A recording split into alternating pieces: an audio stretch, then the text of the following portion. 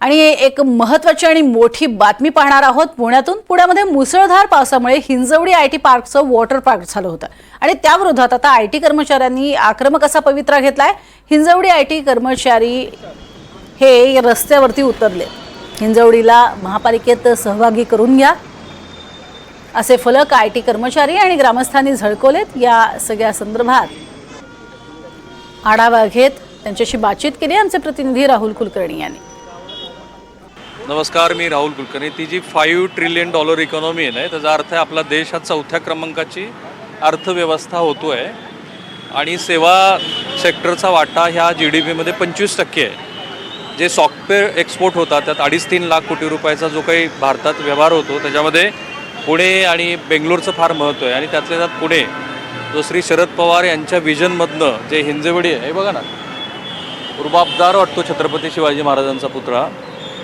आणि ते नेहमी असं म्हणतात शरद पवार की एक दृष्टिकोन मला दिसला आणि त्यातनं हा एक मोठा आयटी पार्क इथे उभा राहिला। पण पिंपरी चिंचवड असो किंवा आता हे इथे हिंजवडीच्या चौकामध्ये उभा राहून आंदोलन करणारे हे लोक असो, त्यांनी जे मुद्दे मांडलेत, $5 trillion economy, Hinjewadi is at नाव वॉटर पार्क वगैरे वगैरे, तर हे आता ह्या हिंजवडीचं चित्र आहे। या भागाचे पालकमंत्री कोण आहेत? श्री अजित पवार। ते कार्यक्षम आहेत, मग तो हा प्रश्न का नाहीत मिटवू शकत? सुप्रिया सुळे ज्या संसद रत्न आहेत, त्यांनी पण ह्या मुद्द्याकडे बघायला पाहिजे। आणि बाकीची बरीचशी जाणकार मंडळी इथे आहेत। पण कुणीतरी मला असं म्हणालं की काय परदेशामध्ये लोक काय छेतू करतात आपल्यावरती? परदेशामध्ये आपल्या हिंजवडीची अक्षरशः थुतू केली जाते, मजा मस्ती केली असते। कारण का की आपण इथंच आम्ही आयटी पार्कवाले इथं बसून त्यांना स्ट्रॅटेजी सांगतो, ते आम्हाला म्हणतात अरे तुमचे इथं साधे रस्ते नाही, म्हणतात काय म्हणजे काय वॉटर पार्क झाले तुमच्या इथं, rather than spending money on a water park, इथंच तुम्ही रोज वॉटर पार्क आहे आणि आम्ही येणार नाही तुमच्या क्लायंट साइडला, आम्ही येणार नाही। मराठी है तुम्हाला ये तो मुझे बताइए, परदेश में लोग क्या कहते हैं इसको, हिंजवड़ी को?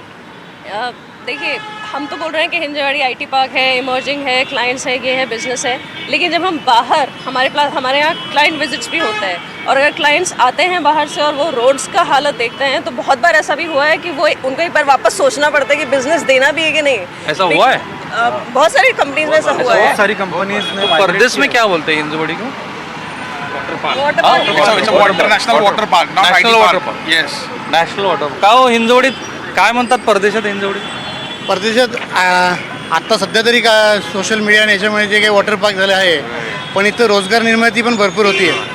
आम्ही इथले स्थानिक लोकच आहोत, आम्हाला पाण्यापासनं लाईटपासनं रस्त्यापर्यंत सगळेच आहे। म्हणजे आपण जे बेसिक गरजा आहेत तेच जर व्यवस्थित पुरवलं नाही तर मग जे काही आयटी शिफ्टिंग आहे ते कसं होईल?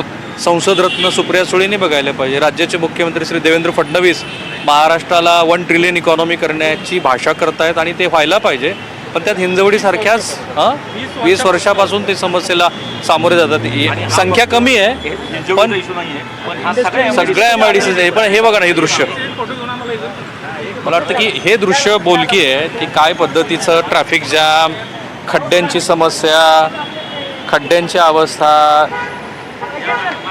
पूर्णपणे या खड्ड्यामुळे त्रस्त झालेले लोक आणि छत्रपती शिवाजी महाराजांच्या साक्षीनं आंदोलन करणारे हे ITतले लोक, हे आपल्या हिंजवडीची आजची स्थिती।